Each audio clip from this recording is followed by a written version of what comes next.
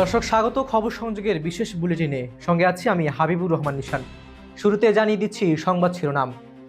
২১-এর প্রথম প্রহরে শহীদ মিনারে শ্রদ্ধা জানাবেন প্রধানমন্ত্রী। গণমাধ্যমের উপর নির্লজ্জ হস্তক্ষেপ করা হচ্ছে জামায়াত ইসলামের আমির। সন্ত্রাস ও কিশোর গ্যাং মুক্ত দেশ গড়ে তোলা হবে জানালেন শিক্ষামন্ত্রী। ২১শে ফেব্রুয়ারি ঘিরে কোনো নিরাপত্তার শঙ্কা নেই বললেন ডিএমপি কমিশনার। দর্শক শুনছিলেন সংবাদ শিরোনাম, এবার বিস্তারিত। বছর ঘুরে আবারও ফিরে এসেছে রক্তঝরা ২১শে ফেব্রুয়ারি।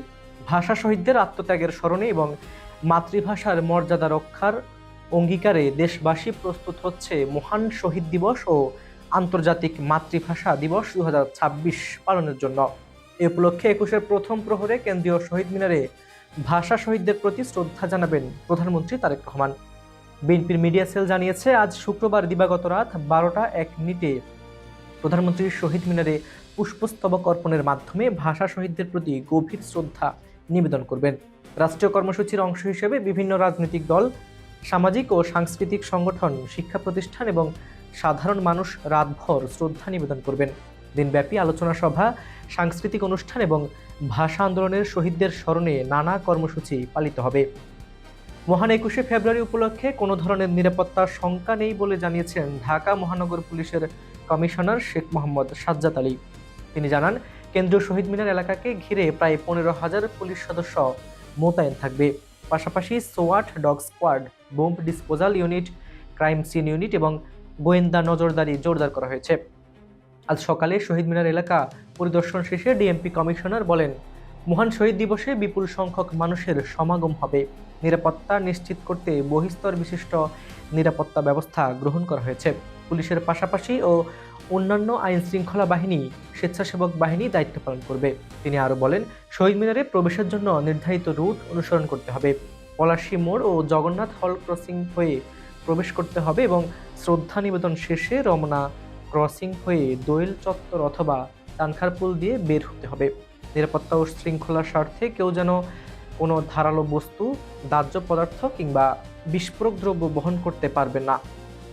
এদিকে জাতীয় সংসদের বিরোধী দলীয় নেতা ও জামায়াত ইসলামীর আমির ডক্টর শফিকুর রহমান অভিযোগ করেছেন, দেশে গণমাধ্যমের উপর নির্লজ্জ হস্তক্ষেপ চলছে, যা কোনোভাবেই গ্রহণযোগ্য নয়। গতকাল বৃহস্পতিবার রাজধানীর মিরপুরে এতিমদের সম্মানে আয়োজিত এক ইফতার মাহফিলে অংশ নিয়ে তিনি এ মন্তব্য করেন। তিনি বলেন, গণমাধ্যমের স্বাধীনতা গণতন্ত্রের মূল স্তম্ভ। এই স্বাধীনতার হস্তক্ষেপ দেশের জন্য অনৈসী সংকেত। জামায়াত ইসলামী কোনোভাবেই স্বাধীন সাংবাদিকতার উপর আঘাত মেনে নেবে না। তিনি সরকারের প্রতি আহ্বান জানিয়ে বলেন, শুধুমাত্র দলীয় পরিচয়ের কারণে যেন কোনো ব্যক্তি জুলুমের শিকার না হন। সরকারি দল ও বিরোধী দল মিলেমিশে দেশ পরিচালনা করবে, এটাই হওয়া উচিত গণতান্ত্রিক সংস্কৃতি। তবে বিরোধী দলের পরামর্শ গ্রহণ না করা হলে সংসদে কঠোর প্রতিবাদ গড়ে তোলা হবে বলেও হুঁশিয়ারি দেন তিনি। ডক্টর শফিকুর রহমান বলেন, জামায়াত ইসলামী দায়িত্বশীল বিরোধী দল হিসেবে একটি দুর্নীতিমুক্ত মানবিক বাংলাদেশ গঠনের লক্ষ্যে সরকারকে সর্বাত্মক সহযোগিতা করতে প্রস্তুত। কিন্তু অন্যায়, দুর্নীতি কিংবা নিপীড়নের বিরুদ্ধে তারা আপোষহীন অবস্থান নেবে। তিনি বলেন, আমাদের রাজনীতি কোনো ব্যক্তিগত স্বার্থের জন্য নয়, এটি মানুষের কল্যাণের জন্য।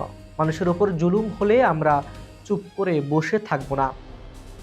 এদিকে জাতীয় নাগরিক পার্টির আহ্বায়ক নাহিদ ইসলাম অভিযোগ করেছেন, দেশের বিভিন্ন স্থানে নিষিদ্ধ ঘোষিত আওয়ামী লীগের কার্যালয় পুনরায় খোলার পেছনে ক্ষমতাসীন বিএনপির গ্রিন সিগন্যাল রয়েছে। তিনি বলেন, বিএনপির অনুমতি ছাড়া আওয়ামী লীগের পক্ষে এ ধরনের কার্যক্রম চালানো সম্ভব নয়।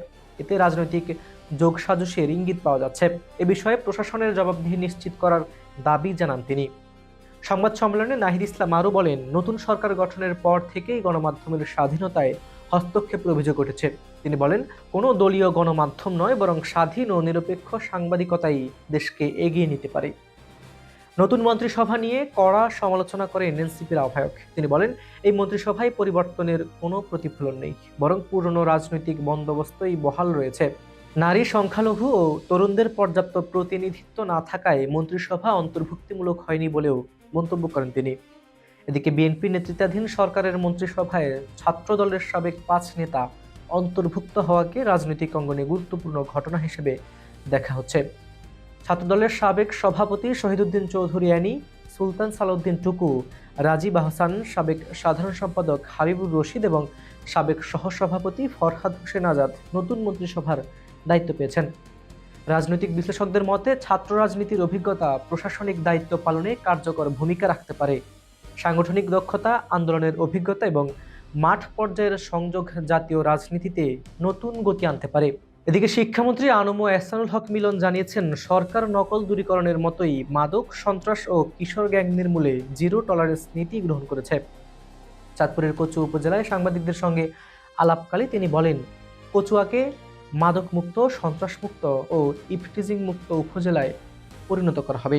এখান থেকেই দুর্নীতিমুক্ত বাংলাদেশের যাত্রা শুরু হবে। শিক্ষামন্ত্রী বলেন, প্রধানমন্ত্রী তারেক রহমানের নেতৃত্বে দেশব্যাপী মাদক ও সন্ত্রাস বিরোধী অভিযান জোরদার করা হবে।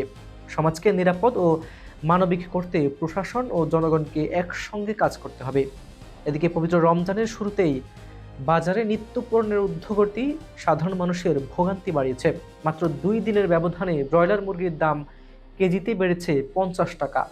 আগে যেখানে 170 টাকায় বিক্রি হচ্ছিল, এখন সেখানে 220 থেকে 230 টাকা গুনতে হচ্ছে ক্রেতাদের।